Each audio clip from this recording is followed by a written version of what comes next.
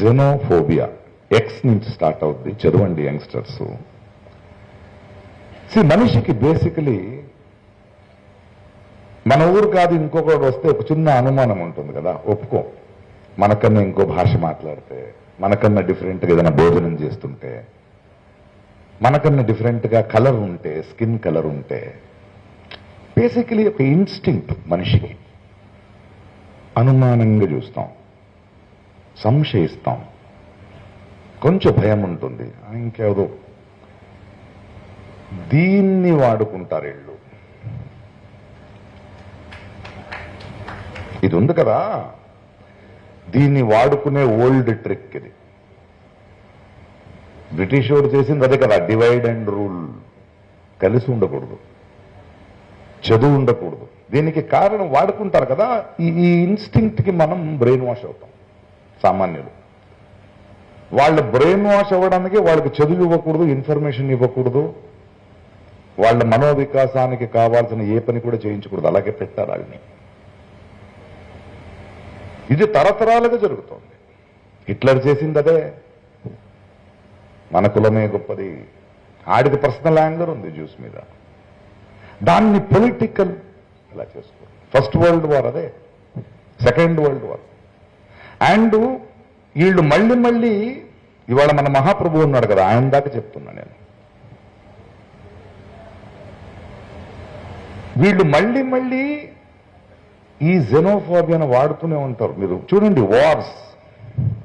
మన history of రీసెంట్గా గణేష్ దేవిండి చాలా అద్భుతమైన ఒక ప్రొఫెసర్ ఆయనతో మాట్లాడుతుంటే, ప్రకాష్ చూడు, first world war, second world war, ఆ తర్వాత థర్డ్ వరల్డ్ వార్ లేదు, బట్ కోల్డ్ వార్.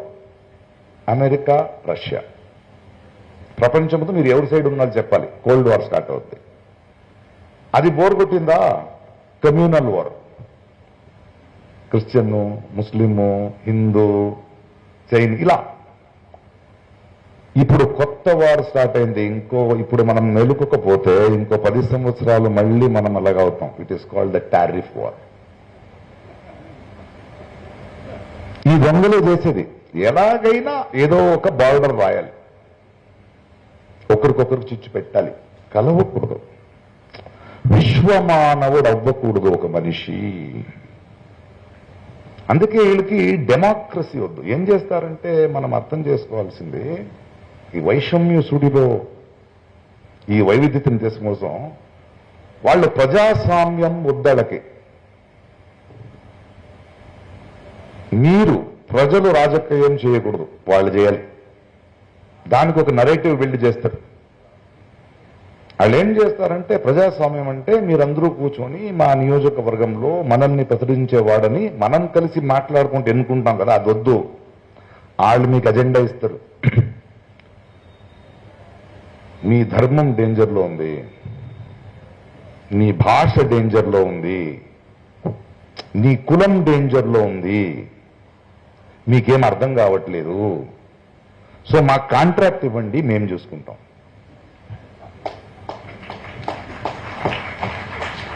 ఎంత సింపుల్ టెక్నిక్ కావాలి అంటే కాంట్రాక్ట్. సో మీరేం ఆలోచించకూడదు ఇంకా. ఇది ఇలా ఉన్నగా ప్రకృతిలో ఆయన ఒక వైల్డ్ లైఫ్ సైంటిస్ట్, ఆయన చెప్పాడు, ఎక్కడి నుంచో ఒక డక్ అదో ఆ ప్రాంతానికి వచ్చి ఇక్కడ రెగ్యులర్ గా ఈ నీళ్లు ఆపినప్పుడు ఆ నీళ్లు తీరానికి దగ్గర వస్తుంది కదా, ఆ టైంలో కరెక్ట్గా ఆ 1 month లో అక్కడున్న ఒక చిన్న చెట్టుల మీద తన ఎగ్స్ పెట్టాయి. అవి 1 month తర్వాత బయట వస్తే దూకితే స్ట్రేట్ వాటర్లో పడుతుంది. కానీ ఇప్పుడు వాటర్ లేదు. పాప ఆ డక్కి ఈ గవర్నమెంట్ దగ్గర డబ్బు లేదనే విషయం తెలియదు.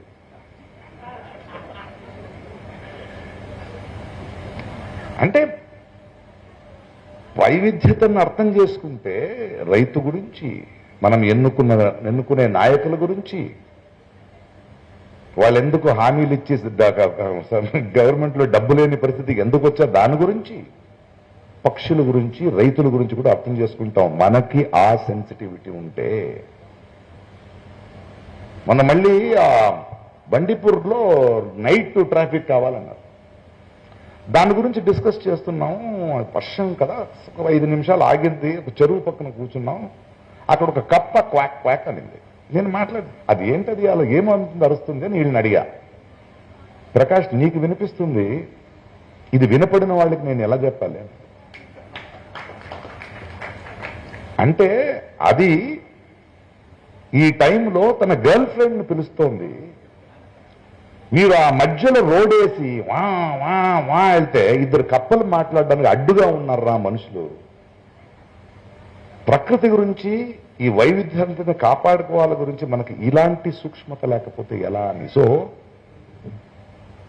ఈ వైషమ్యాన్ని కానీ, ఈ పాలిటిక్స్ కానీ, ఇవన్నిటినీ మనం అర్థం చేసుకోవాలంటే మనం ఫస్ట్ సెన్సిటివ్ అవ్వాలి. మనకి ఎడ్యుకేషన్ కావాలి, వచ్చే తరాలకి, యంగ్స్టర్స్కి, మా పిల్లలకి.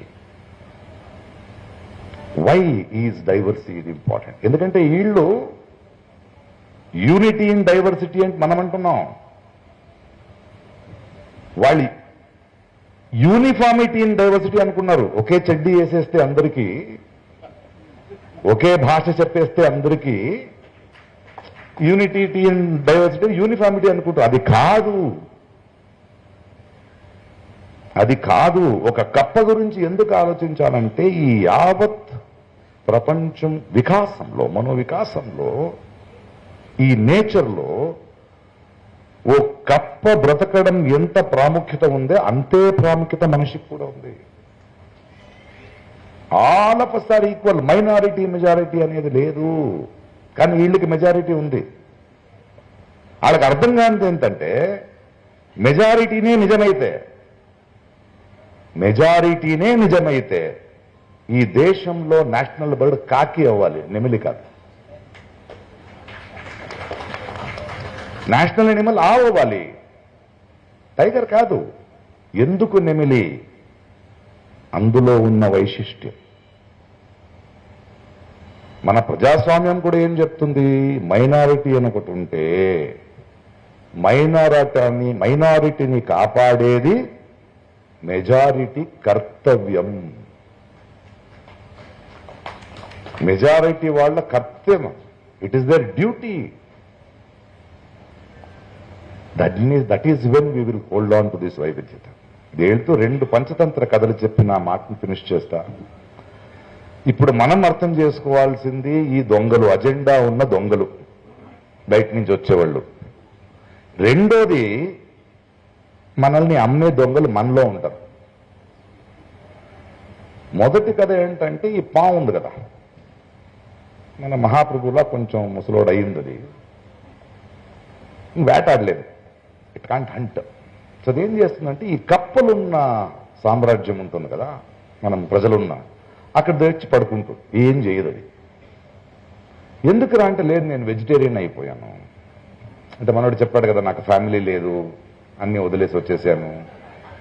అలా నేను ఉండి దేవుడు నాకు ఏదో దేవుడే నన్ను సృష్టించాడు అని క్రియేట్ చేసేస్తే హ్యాపీ.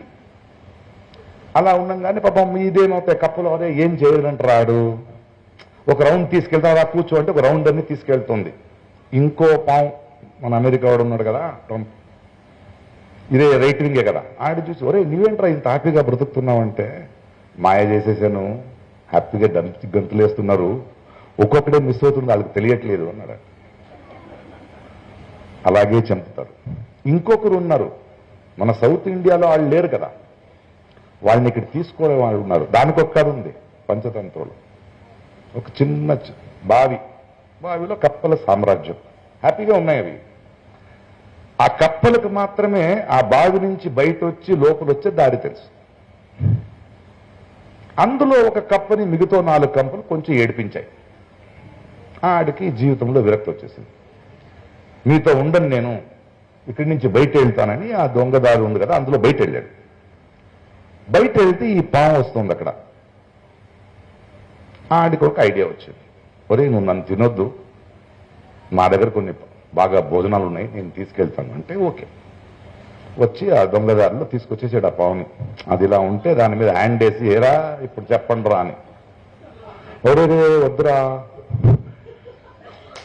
నేను కాదు, ఆడిని తినేయి వీడి మీద రైడ్ చేసేయి, వీడిని లోపలేసేయి, ఇప్పుడు ఎళ్ళంటే ఎందుకు వెళ్తానంటుంది ఇది. ఆ పరిస్థితి వీళ్ళిద్దరూ తీసుకొచ్చారు కదా, వాళ్ళకి అవుద్ది. కానీ ఈ కథల మూలంగా దొంగలెవరు,